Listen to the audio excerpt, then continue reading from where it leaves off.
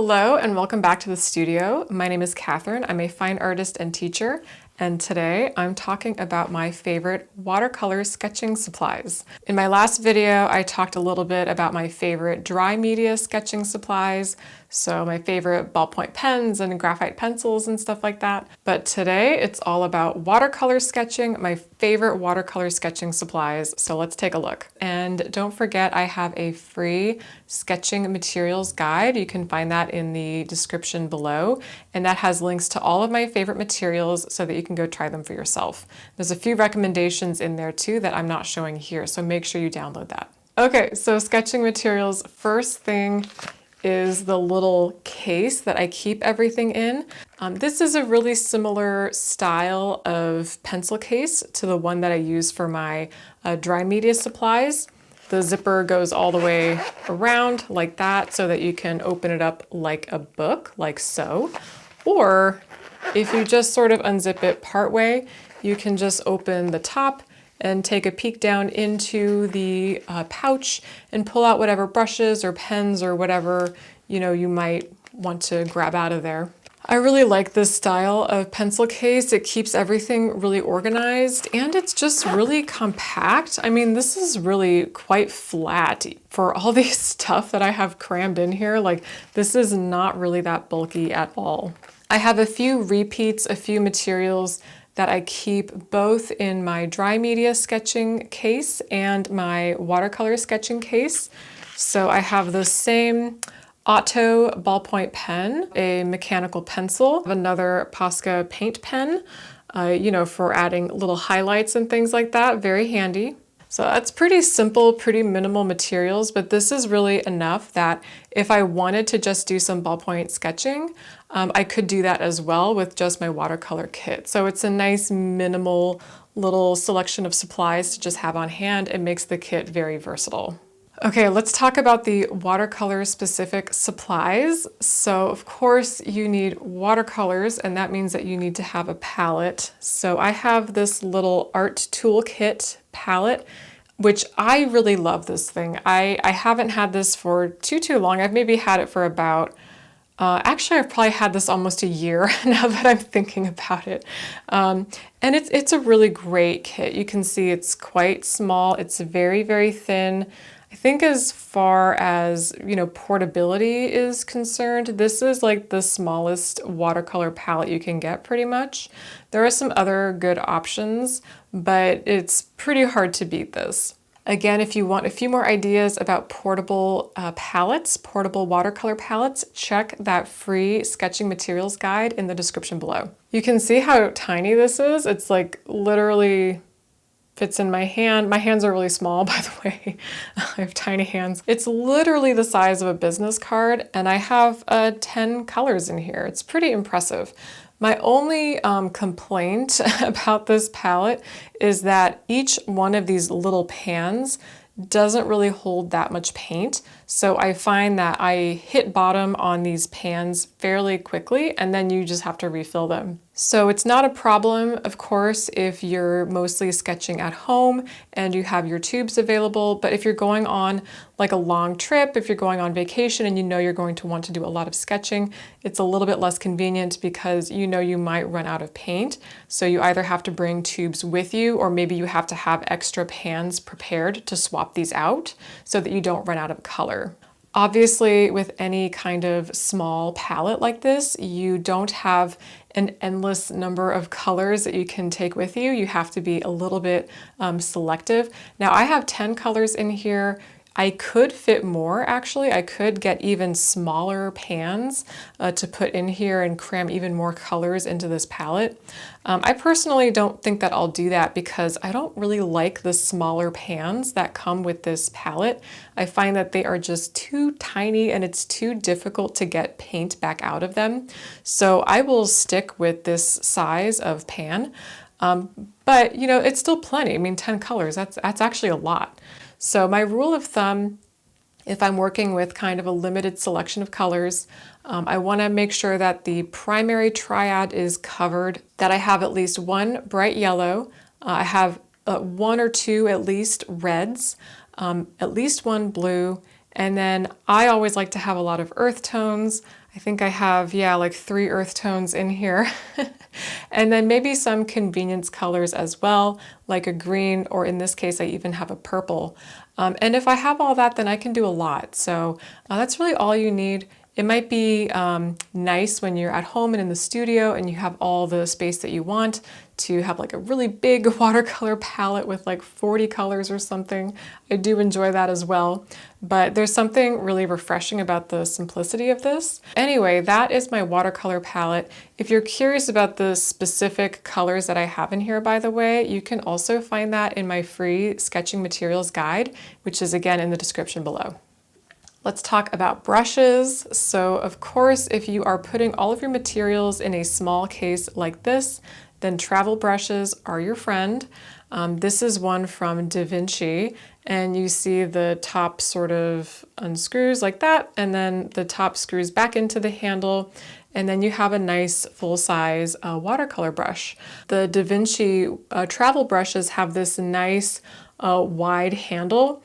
And again, if you have issues with carpal tunnel, like I do, then you know that this is much more comfortable to hold compared to a really skinny brush. I also recommend that if you are buying brushes for a travel kit, get brushes that are sort of on the larger size.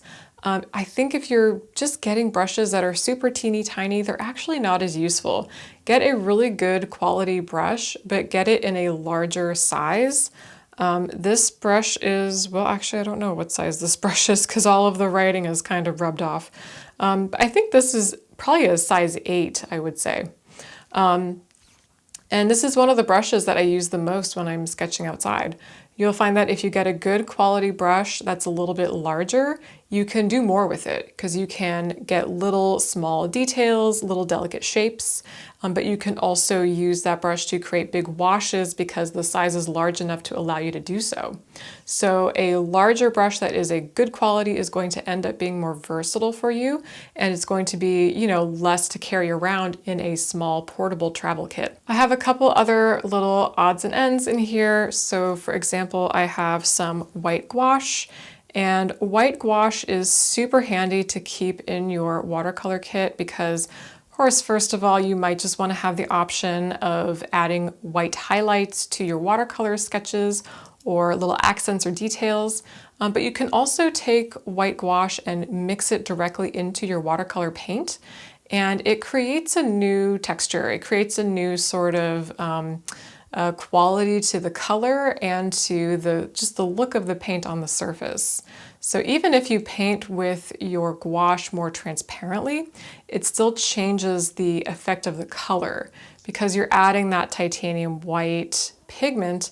It's going to have the effect of desaturating and cooling down the temperature of whatever color you mix it into. So it's not even just a matter of adding opacity to your paint, it actually changes the color's quality, and you can use gouache transparently if you want to.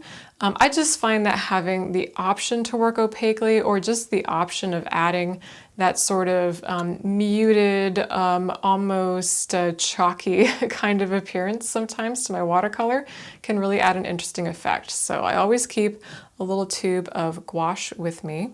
I also love to have a watercolor pencil. This is a Faber-Castell watercolor pencil in the color Light Ultramarine. You can see it has seen some use. It's very, very tiny. I find that this is just perfect for sketching with for a watercolor painting because this color is so light and so delicate that as soon as you add water to it, it virtually disappears. So this is a great option to sketch with, especially if you don't like to see graphite lines in your painting. You'll always see the gray lines of the graphite sort of embedded into the paper, and that always really bothers me. So I really prefer using watercolor pencil. It was something I discovered early on when I first started painting with watercolor, that certain colors of watercolor pencil would just completely disappear. Not all of them do it.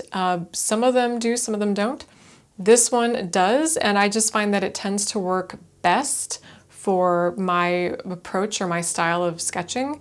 It's dark enough that you can see the line, but it still disappears when you add water. Anyway, you can find this exact pencil in that sketching materials guide, so make sure you check that out if you're curious to try it. And the last thing I have is just a pencil sharpener, because I do need a pencil sharpener for that watercolor pencil. It's a traditional wooden pencil, and watercolor pencils, a little bit like colored pencils, they don't always work perfectly in every sharpener. So I find that this super simple little pencil sharpener is the best for either watercolor pencils or colored pencils. One last little extra, I have this collapsible water cup from Faber-Castell.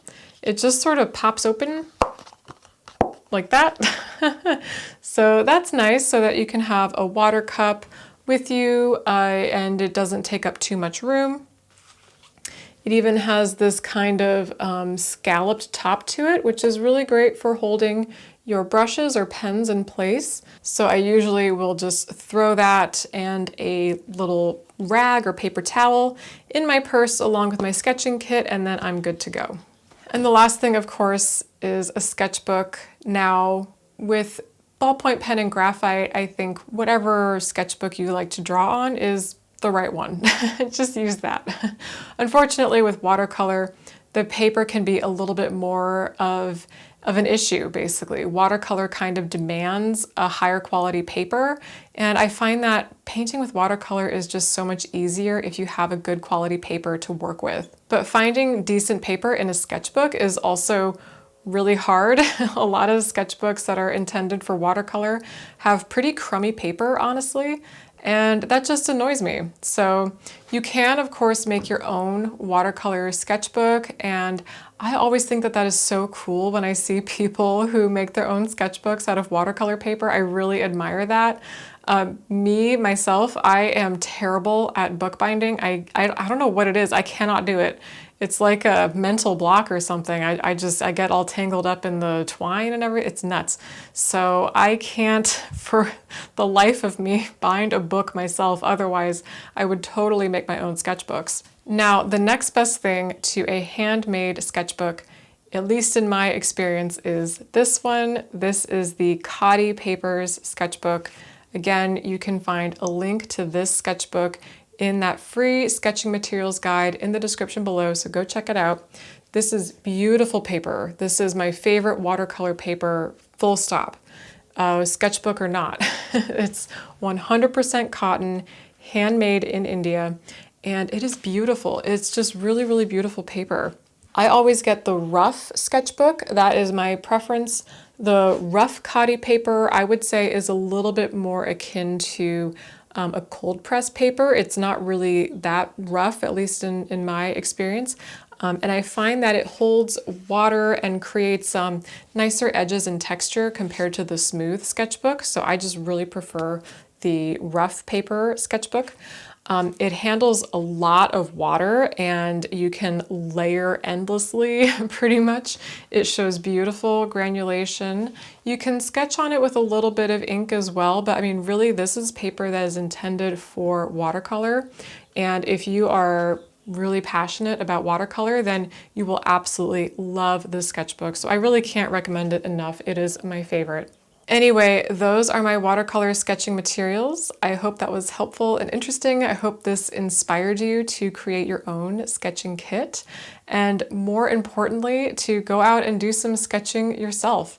It is springtime here right now. It is beautiful outside. I just cannot wait to get back out to the botanical garden and do some sketching there myself with all my favorite materials. Thanks again for stopping by, and happy sketching. Bye-bye.